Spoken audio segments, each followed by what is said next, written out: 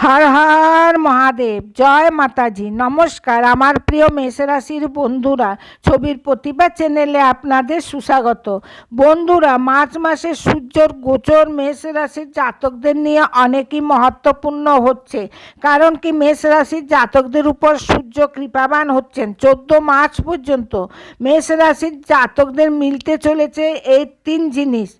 আর এই সময় এমন নয় কি গুরুও মেষ রাশির জাতকদের শুভ ফল দেবেন, কিন্তু শনিদেব মার্চ মাসে কি করবেন তবে শুনুন। মেষ রাশির জাতকদের উপর এই মার্চ মাসে কোন গ্রহের কি শুভ আর কি অশুভ দৃষ্টি রইবে, তার সঙ্গে মার্চ মাসে কোন এমন গ্রহ তাদেরকে লাভ পৌঁছাবে আর কোন এমন গ্রহ এদের নোকসান মানে ক্ষতি করাতে পারে, তাহলে আসুন জানি। বন্ধুরা, মেষ রাশির জাতকদের আমি বলতে চাইব কি 14 মার্চ পর্যন্ত সূর্য আপনাদের 11 ভাবে গোচর করবেন। এইভাবে সূর্যের হওয়াতে রোজগার, পদ আর মান সম্মান বাড়বে। 15 মার্চ থেকে সূর্য 12 ভাবে এসে যাবেন। এই সময় খরচ আর মানসিক চিন্তা দুইই বাড়বে।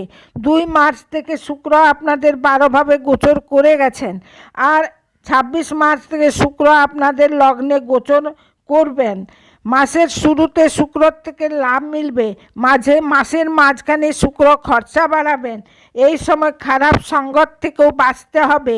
মাসের শেষে শুক্র থেকে লাভ মিলবে, আর পুরা মাস বুধ আপনাদের 11 ভাবে রইবেন।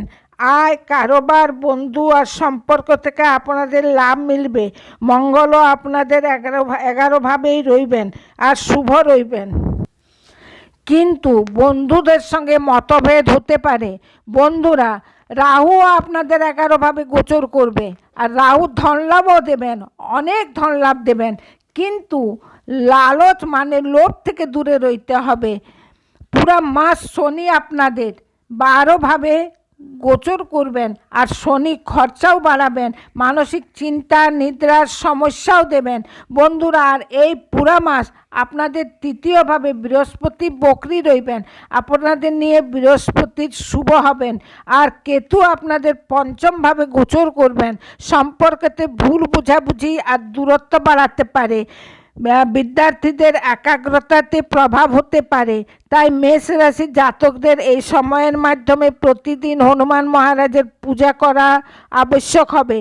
সকাল সন্ধ্যা হনুমান মহারাজের নিয়ে হনুমান চালিসার পাঠ অবশ্যই করবেন, আর যদি পারেন তাহলে মঙ্গলবারে সুন্দরকাণ্ডেরও পাঠ করবেন, আর হনুমান মন্দিরের দর্শন আর পূজা অবশ্যই করবেন। জয় মা নীলকণ্ঠবাসিনী, হর হর মহাদেব। ধন্যবাদ।